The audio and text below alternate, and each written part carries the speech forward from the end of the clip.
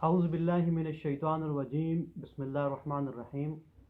ناظرین، آج کی اس ویڈیو کے اندر ہم انشاءاللہ سورہ العنکبوت کا اردو ترجمہ شروع کریں گے۔ ہم نے اپنی پچھلی ویڈیو کے اندر سورہ القصص کا اختتام کیا تھا، آپ بے شک ہماری پچھلی ویڈیو دیکھ سکتے ہیں۔ ناظرین، سورہ العنکبوت کا اردو ترجمہ کرنے سے پہلے مختصر سا اس کا جائزہ لے لیتے ہیں۔ سورہ عنکبوت قرآن مجید کی 29ویں نمبر سورت ہے اور اس سورت کے اندر 69 آیاتیں اور 7 رکوع ہیں۔ سورہ العنکبوت کا نام اس کی آیات نمبر 41 میں، چونکہ عنکبوت کا لفظ آیا ہے جس کا مطلب ہے مکڑی کا گھر، جو کہ سب سے زیادہ کمزور ہوتا ہے، اسی نسبت سے اس سورت کا نام العنکبوت بھی رکھا گیا۔ یہ سورت مکی سورت ہے اور یہ اس سورت کے اندر ایسے مضامین بیان کیے گئے ہیں کہ جب کفار نے بہت زیادہ ظلم و ستم کر رکھا تھا ان لوگوں پر جو نئے نئے مسلمان ہو رہے تھے اور ان کے اوپر ظلم کی انتہا کر رکھی تھی، تو اس وقت یہ جو ہے یہ سورت نازل ہوئی ہے۔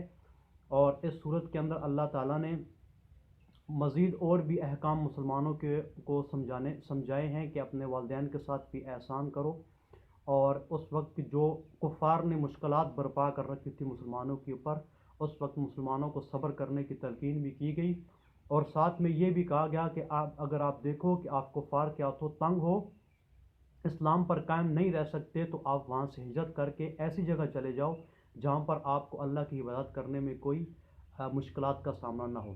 تو ابھی ہم شروع کرتے ہیں سورہ العنکبوت اور دیکھتے ہیں کہ اللہ تعالیٰ نے اس سورت کے اندر کیا احکام فرمائے ہیں۔ بسم اللہ الرحمن الرحیم۔ الف لام میم۔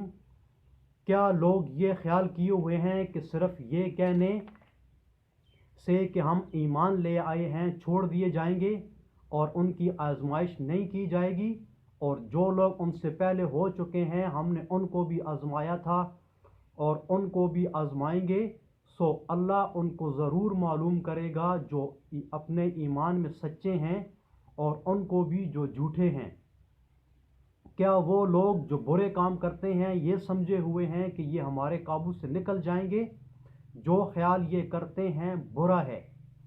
جو شخص اللہ کی ملاقات کی امید رکھتا ہو تو اللہ کا مقرر کیا ہوا وقت ضرور آنے والا ہے، اور وہ سننے والا اور جاننے والا ہے۔ اور جو شخص محنت کرتا ہے تو اپنے ہی فائدے کے لیے محنت کرتا ہے، اور اللہ تو سارے جہان سے بے پرواہ ہے۔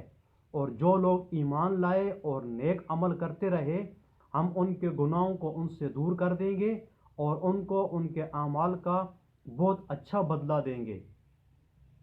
اور ہم نے انسان کو اپنے ماں باپ کے ساتھ نیک سلوک کرنے کا حکم دیا ہے۔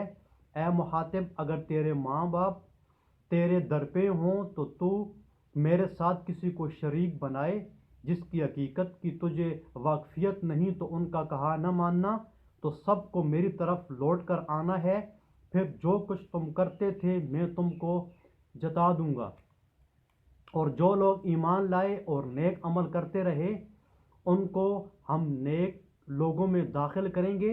اور بعض لوگ ایسے ہیں جو کہتے ہیں کہ ہم اللہ پر ایمان لائے، جب ان کو اللہ کے رستے میں کوئی ایذا پہنچتی ہے تو لوگوں کی ایذا کو یوں سمجھتے ہیں جیسے اللہ کا عذاب، اور اگر تمہارے پروردگار کی طرف سے مدد پہنچے تو کہتے ہیں کہ ہم تو تمہارے ساتھ تھے۔ کیا جو اہل عالم کے سینوں میں ہے اللہ اس سے واقف نہیں؟ اور اللہ ان کو ضرور معلوم کرے گا جو سچے مومن ہیں، اور منافقوں کو بھی معلوم کر کے رہے گا۔ اور جو کافر ہیں وہ مومنوں سے کہتے ہیں کہ ہمارے طریق کی پیروی کرو، ہم تمہارے گناہ اٹھا لیں گے، حالانکہ وہ ان کے گناہوں کا کچھ بھی بوجھ اٹھانے والے نہیں۔ کچھ شک نہیں کہ یہ جھوٹے ہیں،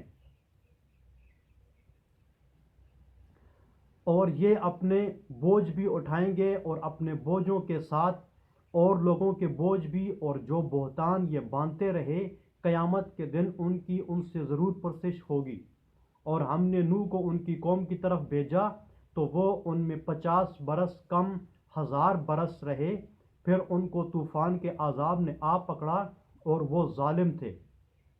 پھر ہم نے نوح کو اور کشتی والوں کو نجات دی، اور کشتی کو اہل عالم کے لیے نشانی بنا دیا۔ اور ابراہیم کو یاد کرو جب انہوں نے اپنی قوم سے کہا کہ اللہ کی عبادت کرو اور اس سے ڈرو، اگر تم سمجھ رکھتے ہو تو یہ تمہارے حق میں بہتر ہے۔ تم تو اللہ کو چھوڑ کر بتوں کو پوجتے اور طوفان باندھتے ہو، تو جن لوگوں کو تم اللہ کے سوا پوجتے ہو وہ تم کو رزق دینے کا اختیار نہیں رکھتے، پس اللہ ہی کے ہاں سے رزق طلب کرو اور اسی کی عبادت کرو اور اسی کا شکر کرو، اسی کی طرف تم لوٹ کر جاؤ گے۔ اور اگر تم میری تکذیب کرو تو تم سے پہلے بھی امتیں اپنے پیغمبروں کی تکذیب کر چکی ہیں، اور پیغمبروں کے ذمے کھول کر سنا دینے کے سوا اور کچھ نہیں۔ کیا انہوں نے نہیں دیکھا کہ اللہ کس طرح خلقت کو پہلی بار پیدا کرتا، پھر کس طرح اس کو بار بار پیدا کرتا رہتا ہے؟ یہ اللہ کو آسان ہے۔